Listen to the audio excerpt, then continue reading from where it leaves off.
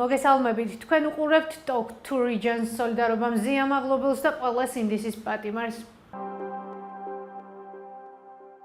პატიმარი იოსებ გორგაძე, რომელიც იანვარში ვივამედის კლინიკაში გადაიყვანეს, გარდაიცვალა. ინფორმაციას სპეციალური პენტენციური დაწესებულება ავრცელებს. ადვოკატის მუხრან ღურცკაიას თქმით, პატიმარი სასიკვდილოდ იყო ნაცემი. აღენიშნებოდა თავისა და სახის ძვლების მრავლობითი მოტეხილობები. ჩვენი რედაქცია ესაუბრა გარდაცვლილის ძმას შოთა გორგაძეს, რომელმაც თქვა, რომ პაციენტის შესახებ ინფორმაციის მიღება უჭირდა და მას მხოლოდ პენტენციური სამსახურის თანხმობის შემდეგ იგებდნენ. მომხდარს გამოეხმაურა საქართველოს სახალხო დამცველის აპარატი, რომელმაც ახალ გარემოებებზე გააკეთა აქცენტი.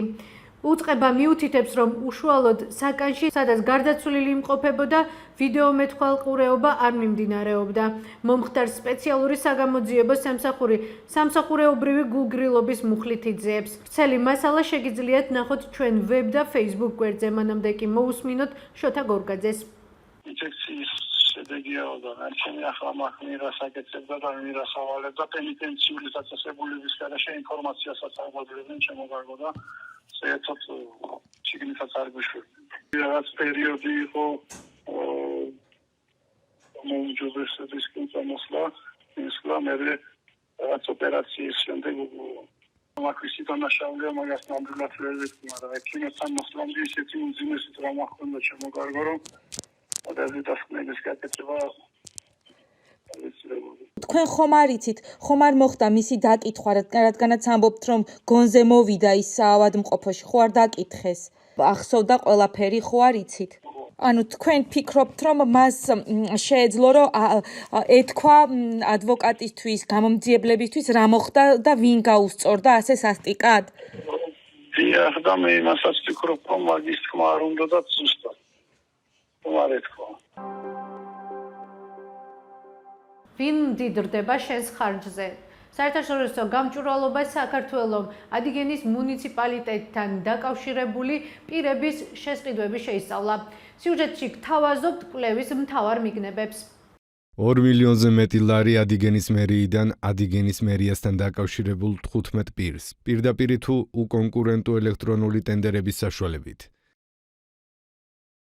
საერთაშორისო გამჭვირვალობა საქართველოს აქვეყნებს კვლევას, რომლის მიხედვითაც 2017-25 წლებში ადიგენის მერიის სახელმწიფო შესყიდვებიდან 2 მილიონზე მეტი, მათგან უმეტესი 79% პირდაპირ შესყიდვების საფუძველზე თვითმმართველობაში დასაქმებული თანამშრომლების ოჯახის წევრებმა და ნათესავებმა მიიღეს. არასამთავრობო ორგანიზაციაში მიუთითებენ, რომ ადიგენის მერის გოჩა ქიმაძის შვილის ბიზნეს პარტნიორმა 100,000-ზე მეტი ლარი მიიღო. ქიმაძის ბიძაშვილის მეუღლემ 260,000-ზე მეტი. ქართული ოცნების დეპუტატის ბიცოლამ სახელმწიფო შესყიდვებით 200,000-მდე ლარი მიიღო. სოფელ უდეს რწმუნებულის ბიძამ და სიდედრმა თითქმის 9 მილიონი ლარი მიიღო. თითქმის 9 მილიონი ლარი მიიღო მუნიციპალიტეტის შესყიდვებიდან ზედუბნის ყოფილი რწმუნებულის დის ოჯახმა. წახანის ყოფილი რწმუნებულის შვილმა და ძმამ ბიუჯეტიდან 200,000-მდე ლარი მიიღო. 90,000-მდე ლარი მიიღო ადიგენის საკრებულოში ოცნების დეპუტატის შვილმა. ქონების მართვის სამსახურის უფროსის ძმამ ბიუჯეტიდან სახელმწიფო შესყიდვით 80,000-მდე ლარი მიიღო.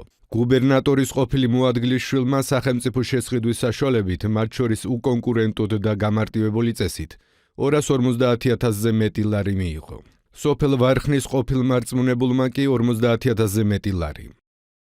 ეს არის ამბავი იმის შესახებ, თუ როგორ უნაწილებს მცირე თანხასაც კი ადიგენის მერია თავის გარემოცვას. გვეუბნება არასამთავრობო ორგანიზაციის სამცხე-ჯავახეთის კოორდინატორი თამო ნაუჩიცე.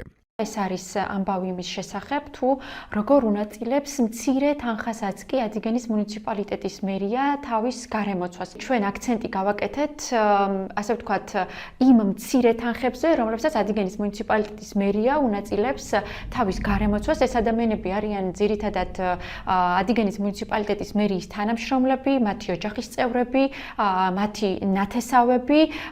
რეალურად ეს არ არის უბრალო დამთხევა, ეს არის მათი პოლიტიკა. რა პოზიცია აქვს კვლევასთან დაკავშირებით ადიგენის მერს, გოჩა ქიმაძეს? ადიგენის მერიიდან ინფორმაციის მიღებას მთელი დღის განმავლობაში ველოდებით.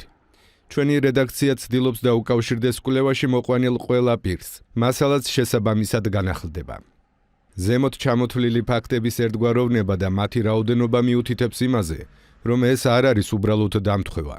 როგორც ჩანს, პოლიტიკური გადაწყვეტილებაა მუნიციპალიტეტის თანამშრომლებმა სახელმწიფო ბიუჯეტის ფული საკუთარ და საკუთარი გარემოცვის ჯიბეში ჩაიდონ და ხალხის ხარჯზე გამდიდრდნენ. ნათქვამია კვლევაში.